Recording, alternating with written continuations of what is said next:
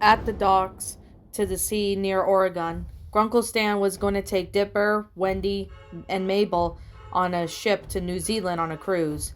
It was a different way to travel, but Grunkle Stan wanted them to try it for fun. They also had asked Pacifica if she would like to venture with them, and of course she said yes to that since she was really rich.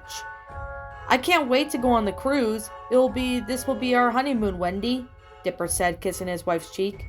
You bet, Dipper. Now that I'm 25 and you're 23 with Mabel, we can go to the bar and drink together, Wendy replied, kissing Dipper. Pacifica should be here any time now. But what is taking her so long? Mabel said impatiently. Have some patience will you, Mabel? She is here now with her ticket, Grunkle Stan replied, seeing Pacifica with her bags. You are here. That's awesome to hear, Dipper said, seeing his friend. So, when are we getting on board? Pacifica asked. Right about now. Let's load up our stuff and get on board. As Grunkle Stan said that, Dipper along with Wendy, Mabel, and Pacifica loaded up their stuff on the ship before boarding it. And as soon as they were in the ship, Dipper and Wendy began to talk about how fun their honeymoon was going to be on the cruise. We'll be able to drink at the bar together, gamble in the casinos, and even eat all the stuff we can eat at the buffet, Wendy said while reading the cruise magazine. Why are we going to New Zealand? Mabel asked. Uncle Stan's got a special friend who lives there, and we're going to meet him in person in another country, Dipper answered. It'll be nice to get away from the camps, and it'll be nice to be away from Robbie, Wendy said, dreaded the thought of Robbie, who is her ex-boyfriend. Want to go and have some fun, Wendy? Mabel and Pacifica are going to have some girl time, Dipper suggested. Sounds good. Let's go get some of that honeymoon stuff. Wendy smiled. Then she followed Dipper out of their room. Wendy and Dipper came to a restaurant on the ship, and they were all stuffed their plates with all kinds of foods they were. They were filled up their plates and headed towards their table. Wendy and Dipper then began to eat. So Wendy, are you enjoying yourself on this honeymoon? Dipper asked. I am, Mason. I really wanted to go on a cruise, Wendy replied. With you, because you're my husband. Plus, I kind of remember my parents went on a cruise for their honeymoon. That must have been before you were born, Dipper stated, as he had a bite of his salmon that he put on his plate. It was, although my dad doesn't remember so much about it. If you do win the gambling at the casino, you'll have to buy me something. Wendy winked twice at Dipper. Yeah, I know what you mean, Wendy. I know money isn't everything, because you're more important to me than money, Dipper said. I know what you mean, Dipper. Like money isn't everything, Wendy said. Then she had a bite of her crab legs as she and Dipper enjoyed their dinner. While the couple were having fun eating, drinking, gambling, winning, and doing a couple stuff like couples do, Pacifica, Mabel, and Grunkle Stan were hanging out on the ship deck and even meeting some new people. This cruise is so fun. I love it here, Pacifica sighed as she breathed in the ocean air. I know, and I can't wait to see if there's any boys that are cute on this ship, Mabel said as she grabbed herself a drink and handed one to Pacifica. Grunkle Stan was entertaining the guests on the deck just to make them happy. Say, Mabel, you want to go to the spa? They have one on the ship. It'll be just the two of us. Plus, it will mean girl time, Pacifica asked. Sure, a spa day sounds like fun, Mabel replied. She along with Pacifica headed for the spa. They were getting a good makeover. Just as they were getting on some big chairs for their makeover, Wendy showed up and joined them. Wendy, I didn't expect you to be here, Pacifica said in surprise. Wendy sat beside Mabel as Pacifica was beside Wendy, making Wendy sit between them. I decided to get a makeover here at the spa. Why not make it us free? Wendy asked as she sighed in relief. Where's Dipper? Did you two have fun? Mabel asked.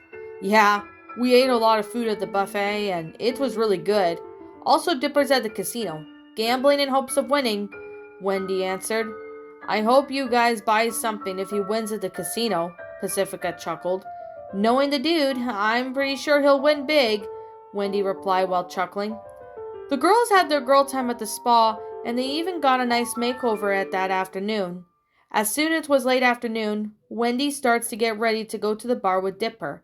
They had plans to spend the evening at the bar together, and as Dipper was ready to go, he was knocking on the bathroom door to see if Wendy was ready. "Wendy, are you good to go?" Dipper asked. "I will be. Give me a second," Wendy replied, fixing her hair before walking out of the bathroom. Dipper's eyes widened at the sight of his wife. She was just as beautiful as a princess. "Wow, Wendy, you're so beautiful," Dipper said in surprise. He couldn't take his eyes from Wendy. "You're so handsome yourself, Dips," Wendy replied, hugging Dipper, before the two headed out of the bar. When the dinner time was approaching, Mabel, along with Grunkle Stan and Pacifica, headed for the buffet to get some food to eat. They had already were aware that Dipper and Wendy were at the bar, so they wouldn't be too concerned for them. Dinner was great at the buffet.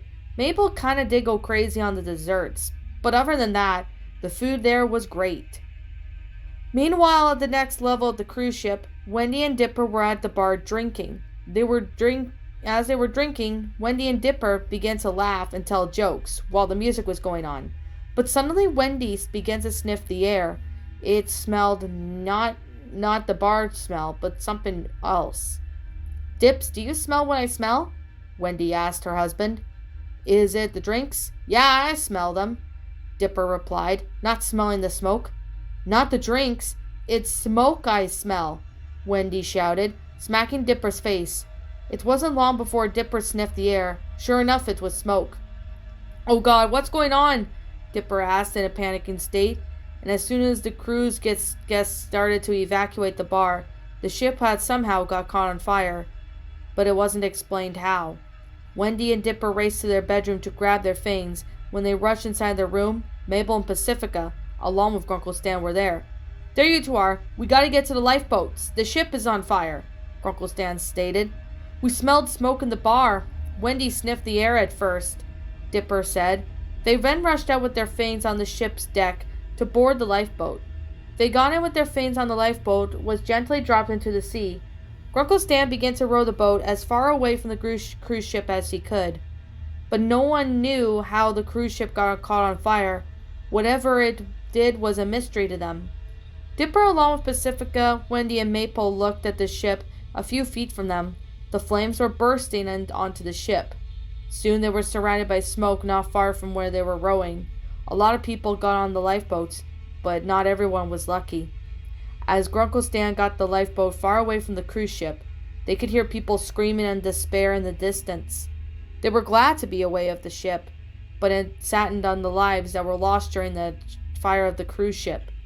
They were lost due to the smoke being so heavy, preventing them from seeing very well. The next morning, Wendy woke up to find herself, Dipper, Mabel, and Grunkle Stan and Pacifica stranded on the ocean. They didn't know where they were, but she knew they were a long way from land, and as soon as she looked in the distance to her left, she could see that there was an island there, and had to wake everyone up. "Land! I see land!" Wendy called, waking everyone in the lifeboat up. "Wait, did you see land?" Mabel asked. "Yes, to my left," Wendy added while shouting. Grunkle Stan looked at Wendy's left to see an island, not far from where they were, and Wendy was right. "Well, I'll be damned. That is our way to go," Grunkle Stan began, as he rowed the boat towards the island.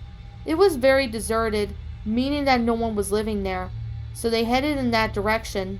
Everyone knew that they were going to be stranded on an island, at least for a long time.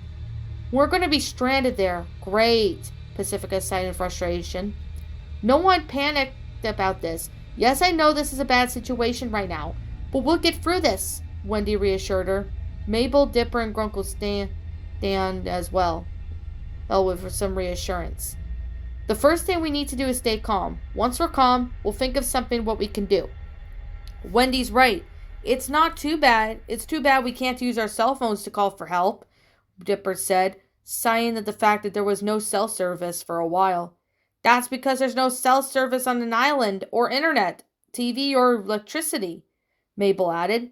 "That doesn't help us. Now how are we going to get home?" Pacifica asked. "I used to watch movies and TV shows with people stuck on an island, so I have picked up most of the survival skills they used. I learned about it in school, so just follow my lead on this," Wendy said. "Wendy's right. In Gravity Falls, we have learned some survival skills there, so let's use them on this island. I'm sure everyone will come and save us someday," Dipper added, Just then he and everyone else felt the boat hit on land. Grunkle Stan was the first to get off the boat. He admired the tropical island around him. It was a big island all around. I'm sure someone will come and save us. Let me tie up the boat somewhere so it doesn't float away. Then we'll figure something out, Grunkle Stan said.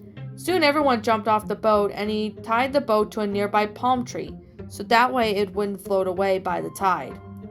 I've got my survival stuff with me, so they'll be useful, Wendy said, pulling out her axe and her hunting knife.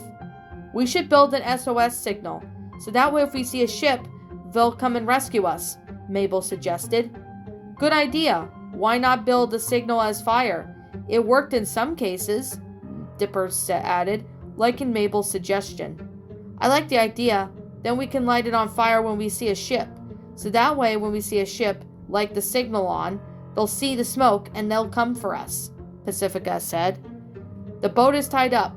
The first thing we're going to do is not panic. It will never get us anywhere, Grunkle Stan said, getting everyone's attention. The first thing we do while stuck on the island is to find food, which means we'll have to venture off in this island to find it. Sounds like a good start, Dipper nodded in agreement. As Grunkle Stan led everyone inside the island in the jungle, there were pretty flowers, plants, and lots of things to see. They also had to keep an eye out for food, as they would need it, as that is their first priority. Do you think some animals live on this island? Mabel asked.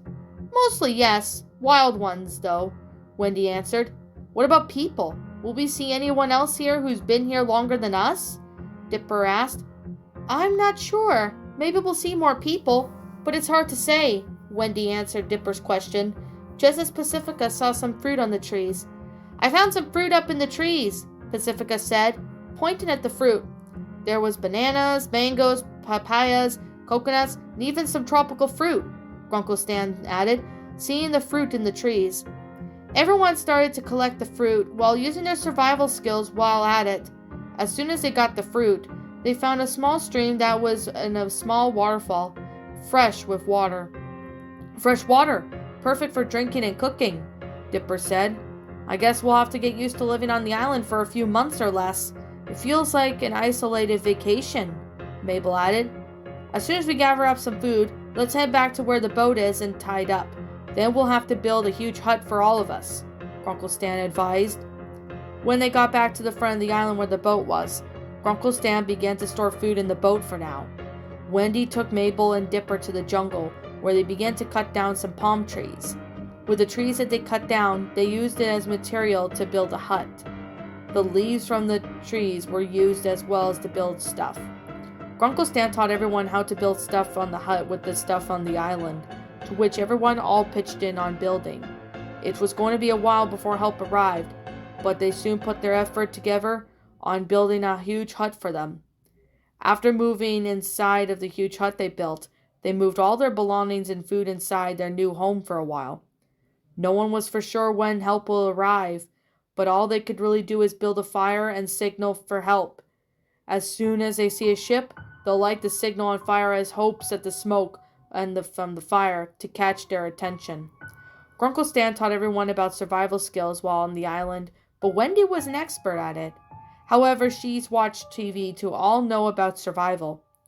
Everyone soon found out and learned how to cook by the fire, fish out of the ocean, even picked fruit from the trees on the island they had. They had to wait, however, for help to come and rescue them. Who knows when help will come? It could be weeks to months and possibly years until help will arrive.